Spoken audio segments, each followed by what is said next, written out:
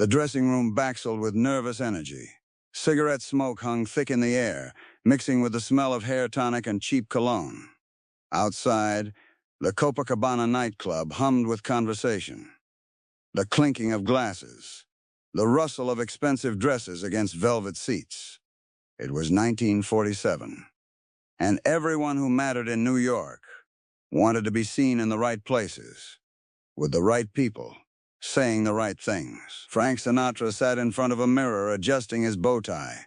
His hands moved with practiced precision, but there was tension in his shoulders, a tightness around his eyes that makeup couldn't hide.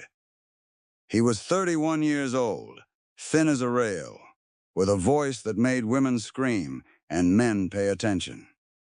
For the past 5 years, he'd been untouchable. Sold out shows, hit records, movie contracts, the kid from Hoboken, who'd made it bigger than anyone thought possible. But tonight felt different. Tonight, someone was watching who didn't care about music. Through the mirror, Sinatra could see his manager pacing near the door, checking his watch, wiping sweat from his forehead despite the room being cold. Beyond him, in the hallway, 2 men stood perfectly still. They weren't security. They weren't staff. They were waiting. And everyone in that dressing room knew what they were waiting for. Outside, in a private booth with a view of the entire club, sat Lucky Luciano. He was 50 years old, dressed in a dark suit that probably cost more than most people made in a month. His face was lean, weathered, with eyes that had seen things most people only read about in crime novels. He didn't look excited to be there. He didn't look impressed. He looked like a man conducting business in a place that happened to have music. Around his table sat other men, quiet, watchful. Their presence changed the atmosphere of the entire room. Waiters moved differently near them. Other patrons glanced over, then quickly looked away. The owner of the Copa had personally escorted them to the booth, smiling too wide, talking too fast, making sure everything was perfect. Luciano had built an empire on understanding power. Not the loud kind, not the kind that announced itself. The kind that moved through whispers and nods, through favors owed and debts collected, through knowing who needed what, and making sure they remembered where it came from. He'd reorganized crime in America like a corporation, bringing structure to chaos, rules to violence, profit to what had been wasteful bloodshed. He didn't need to raise his voice. People knew. But 2 years earlier, the government had deported him, sent him back to Italy after serving 10 years in prison. He'd been the most powerful organized crime figure in the country, and they'd simply removed him, put him on a ship and told him never to come back. It should have been the end. Most men in his position would have faded into obscurity, their influence dying the moment they left American soil. Luciano hadn't faded. He'd adapted. He still had connections, still had people who answered when he called, still had business interests that needed managing. And occasionally he found ways to visit Cuba, just 90 miles from Florida, close enough to maintain what he'd built. This trip to New York was different, riskier. He wasn't supposed to be here. Federal agents were probably looking for him right now. But there were things that required his presence, meetings that couldn't happen over the phone, decisions that needed his attention. And while he was here, someone had suggested he see Sinatra perform. The suggestion hadn't been casual. Nothing in Luciano's world was casual. Sinatra had grown up in Hoboken, just across the river from Manhattan. The neighborhood was tight, Italian families packed into tenements, everyone knowing everyone else's business. His mother Dolly was a force, a Democratic ward boss, who knew how to work the political machinery, how to call in favors, how to make things happen for people who needed help. She'd taught young Frank that connections mattered, that reputation mattered, that you took care of people who took care of you. As a kid, Sinatra had watched the neighborhood, He'd seen who people respected. Not the loudest guys. Not the ones always starting fights. The ones who moved quietly, who spoke softly, who everyone knew better than to cross. He'd absorbed those lessons without realizing it. Style, restraint, the power of presence. When his singing career started taking off in the early 1940s, first with Harry James's band, then with Tommy Dorsey, Sinatra had brought that neighborhood understanding with him. He was respectful to the right people. He remembered where he came from. He didn't pretend to be something he wasn't. And certain people had noticed, had helped when help was needed. When Dorsey's contract became a problem, when Sinatra wanted out but Dorsey wouldn't budge, the contract had suddenly been resolved. Sinatra never talked about how. Years later, people would whisper stories, tales of intimidation, of someone having a conversation with Dorsey that changed his mind.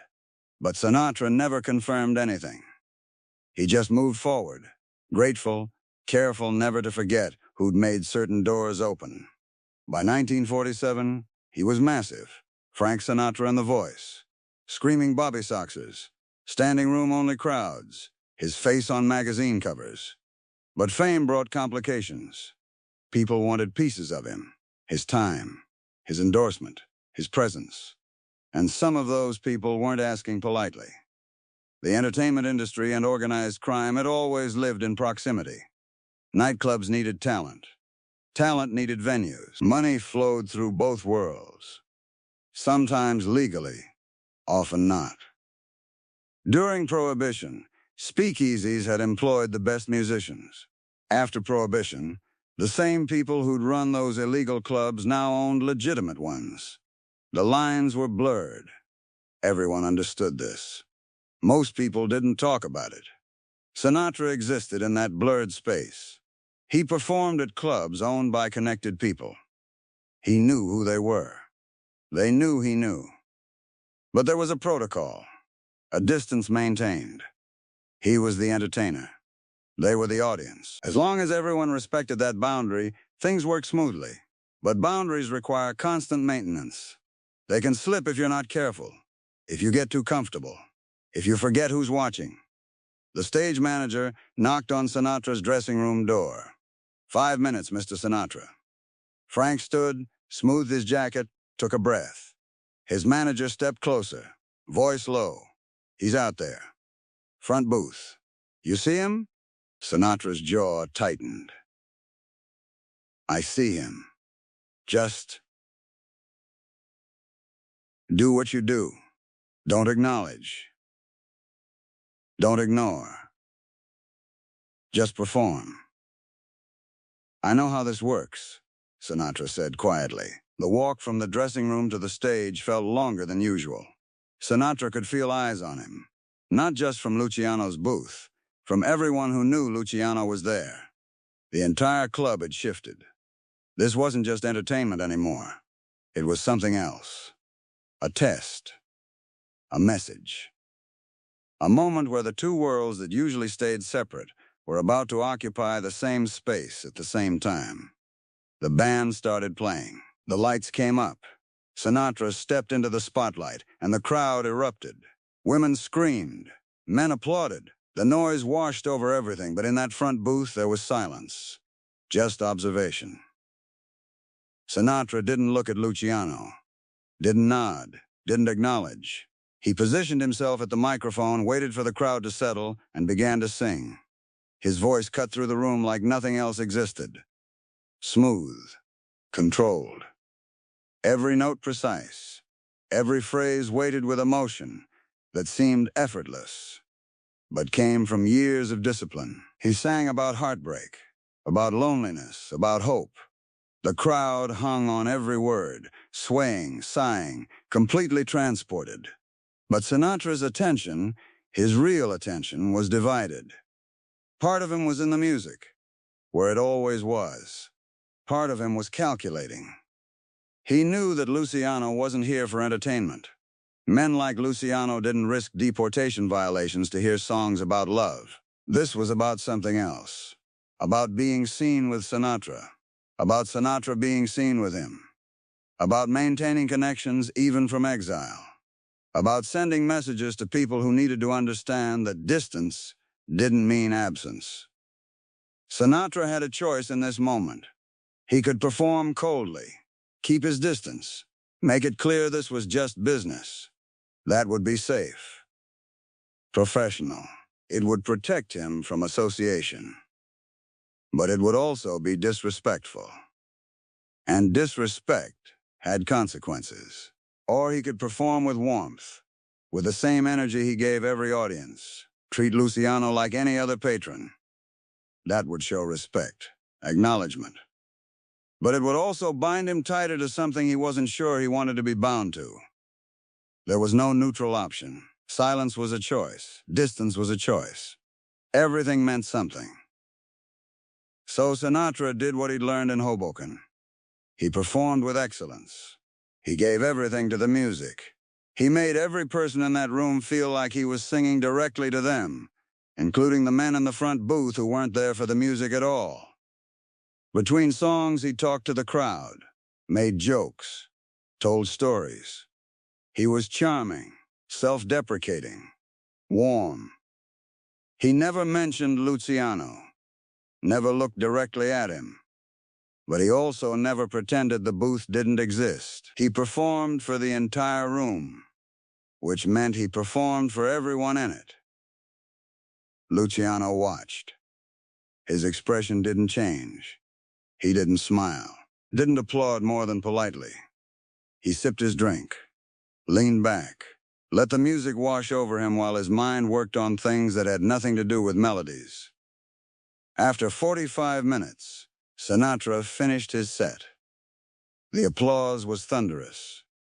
He bowed, smiled, waved, and walked off stage. The crowd wanted more.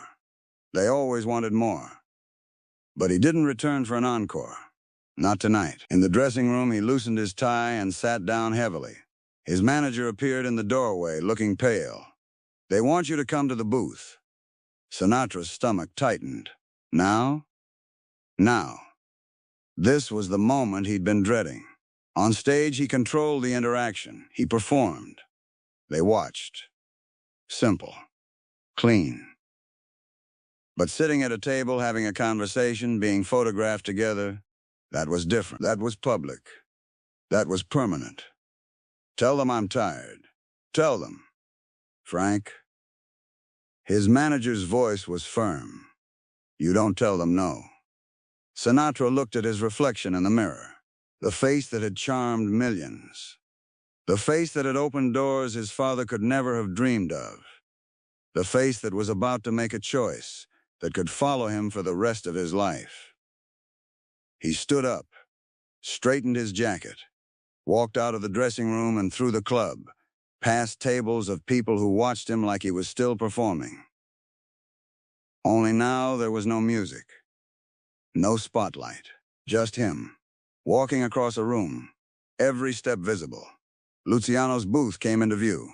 The men around him sat back slightly, making space.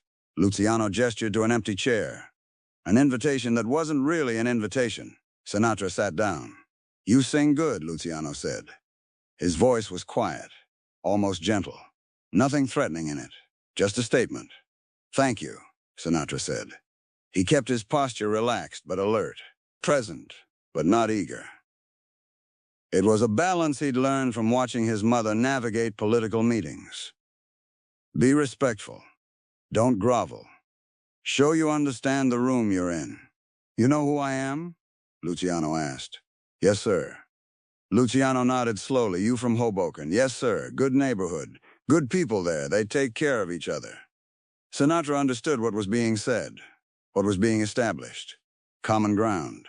Shared understanding. This wasn't about music. It was about roots, about loyalty, about remembering where you came from and who helped along the way. "They do," Sinatra agreed. "I wouldn't be here without them." A slight smile crossed Luciano's face. "You do good for yourself. That's smart. But you remember, that's smarter." Someone brought a drink. Sinatra didn't refuse it. Refusing would have been an insult. He took it, held it, didn't drink much. just enough to be polite.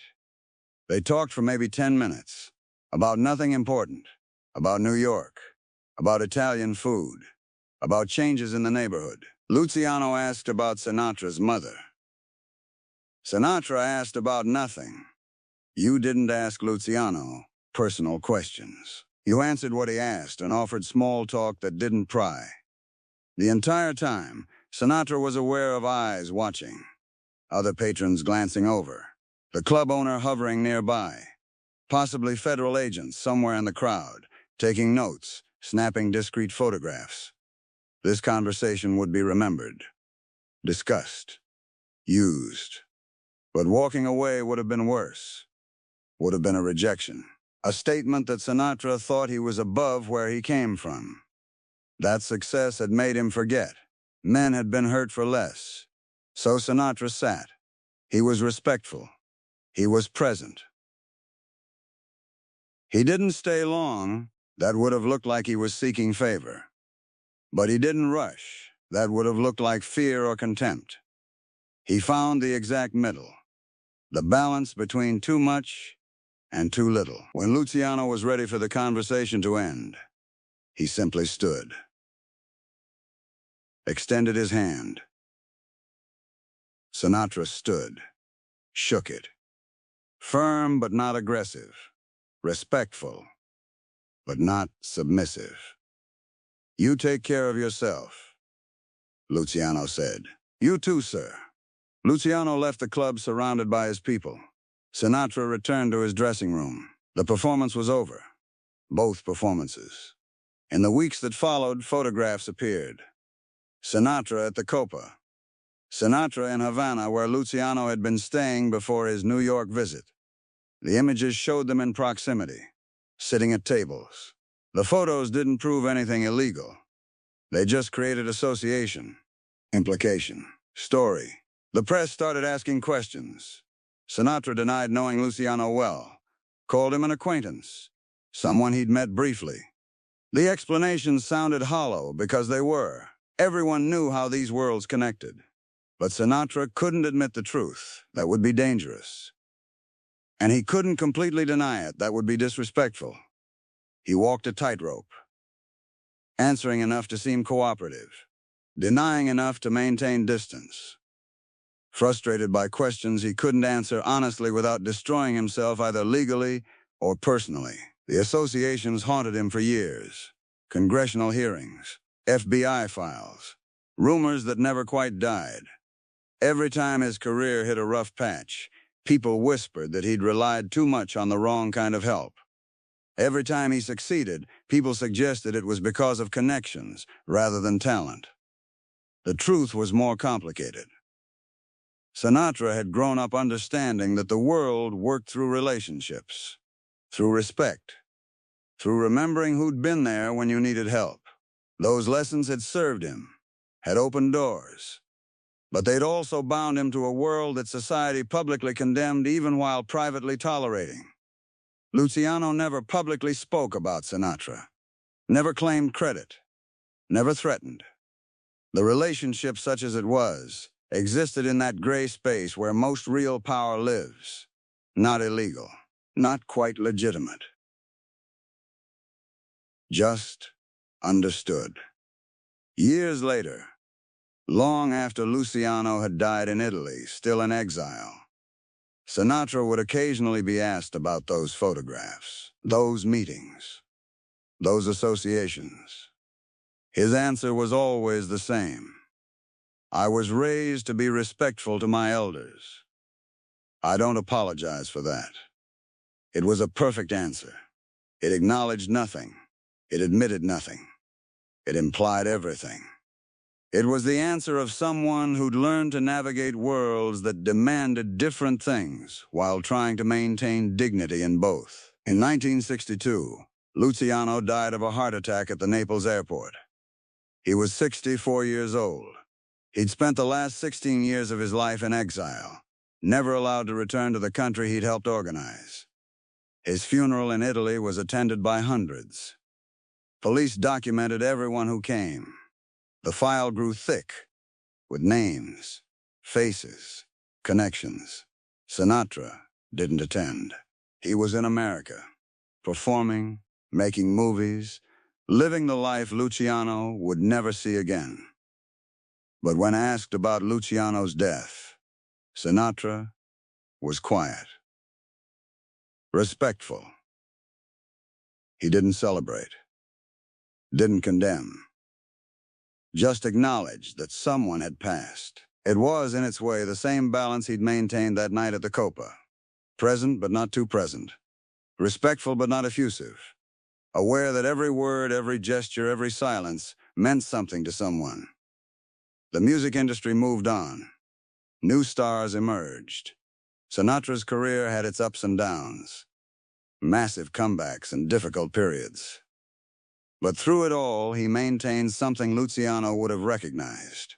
An understanding that power isn't just about what you do. It's about how you carry yourself, how you treat people, what you remember, and what you forget. Luciano had ruled through organization and intelligence, building systems that outlasted him. Sinatra ruled through talent and presence, creating art that still echoes decades after his death. They occupied different worlds, but in that moment, at the Copacabana, their worlds overlapped.